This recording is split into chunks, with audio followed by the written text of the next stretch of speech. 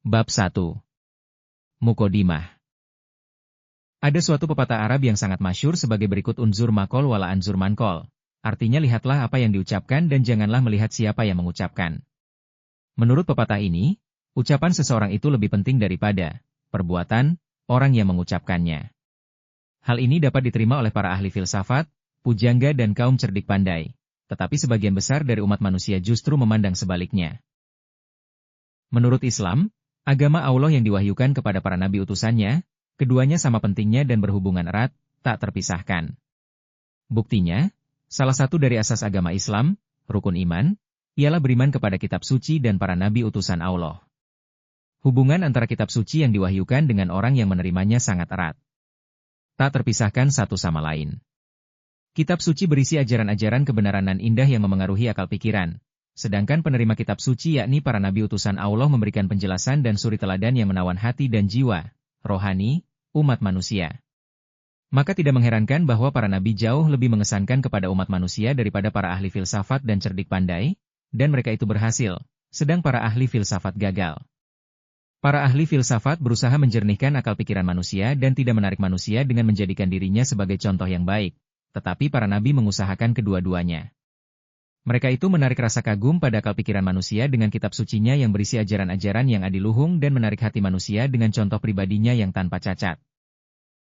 Asas ini membimbing kita bahwa untuk memahami dan menghayati Islam tidak cukup hanya dengan mempelajari kitab suci Al-Quran saja, melainkan pula harus mengetahui suri teladan Rasulullah Shallallahu Alaihi Wasallam yang menerima dan menyampaikan risalah Islamiyah. Kita jangan sampai terperosok ke jalan orang-orang sesat, karena mengabaikan prinsip tersebut. Hidup meraba-raba dalam kegelapan harus segera diakhiri. Demikian pula saudara-saudara kita umat Yahudi dan Kristen. Mereka tidak ragu-ragu lagi menuduh nabi-nabinya sendiri telah berbuat serong. Mereka lupa bahwa ajaran yang gagal memperbaiki nama baik pembawanya tidak banyak lagi gunanya untuk orang-orang lain.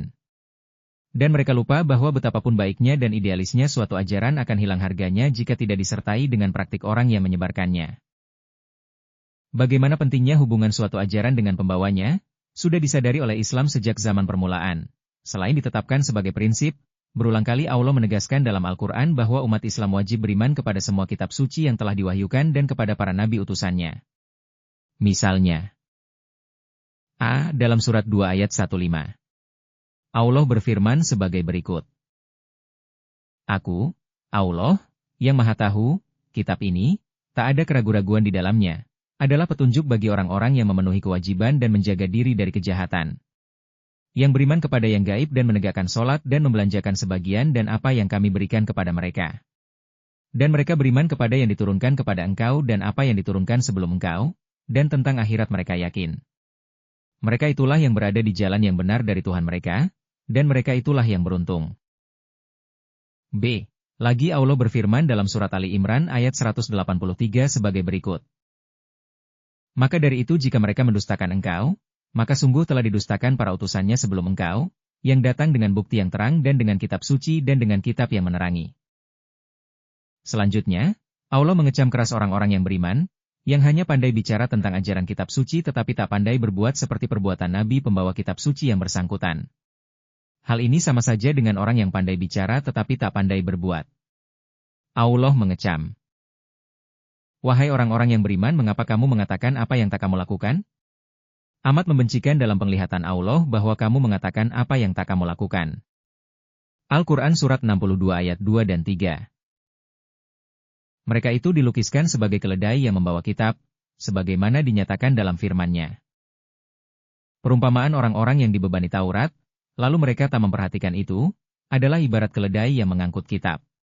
Buruk sekali perumpamaan orang-orang yang mendustakan ayat Allah. Dan Allah tak memberi petunjuk kepada kaum yang zolim. Al-Quran Surat 62 ayat 5. Mereka di akhirat mendapat siksa yang amat berat. Suatu hadis Nabi meriwayatkan sebagai berikut. Dari Abi Zaid, Usamah, bin Zaid bin Haritsah radhiyallahu berkata, saya telah mendengar Rasulullah Shallallahu Alaihi Wasallam bersabda, seorang dihadapkan di hari kiamat. Kemudian dilemparkan ke dalam neraka, maka keluar usus perutnya, lalu berputar-putar di dalam neraka bagaikan keledai yang berputar di sekitar penggilingan, maka berkerumun ahli neraka padanya sambil bertanya, Hai Fulan, mengapakah engkau? Tidakkah engkau dahulu mencegah kemungkaran?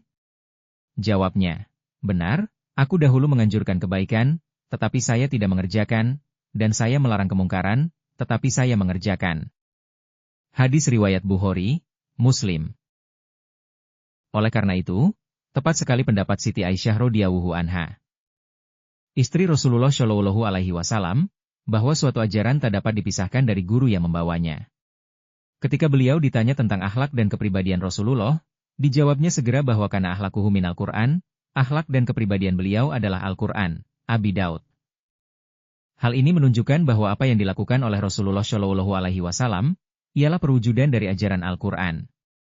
Alangkah agungnya pernyataan Siti Aisyah itu, seorang guru yang bijaksana tidak mungkin mengajarkan suatu hal, tetapi berbuat sesuatu yang berlainan dengan ajarannya. Muhammad Shallallahu alaihi wasallam adalah guru yang bijaksana itu. Singkatnya, untuk mengetahui ajaran Al-Qur'an, Islam, harus mengenal beliau dan untuk mengenal beliau harus pula memahami Al-Qur'an.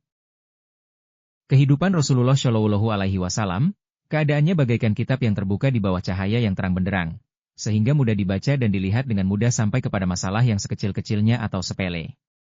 Siapapun yang matanya waras dan akalnya sehat dapat membacanya dengan mudah. Tidak ada orang-orang besar atau nabi lain yang kehidupannya direkam dan dicatat begitu lengkap seperti kehidupan Rasulullah Shallallahu alaihi wasallam. Memang, banyaknya fakta-fakta yang dicatat itu telah membuka kesempatan untuk melemparkan celaan-celaan jahat dan caci maki. Tetapi menjadi kenyataan pula bahwa sesudah celaan-celaan jahat dan caci maki itu diselidiki dengan seksama, akhirnya terbuktilah kekeliruan dan kepalsuannya dan terungkaplah hakikat kebenarannya, keindahannya dan keagungannya.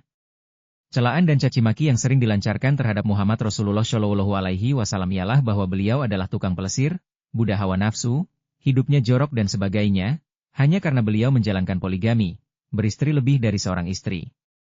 Oleh karena sejarah kehidupan beliau lengkap sempurna dan terbuka lebar di bawah cahaya yang terang benderang, maka marilah kita mencoba membaca itu dengan tenang, kritis dan tanpa prasangka serta doa.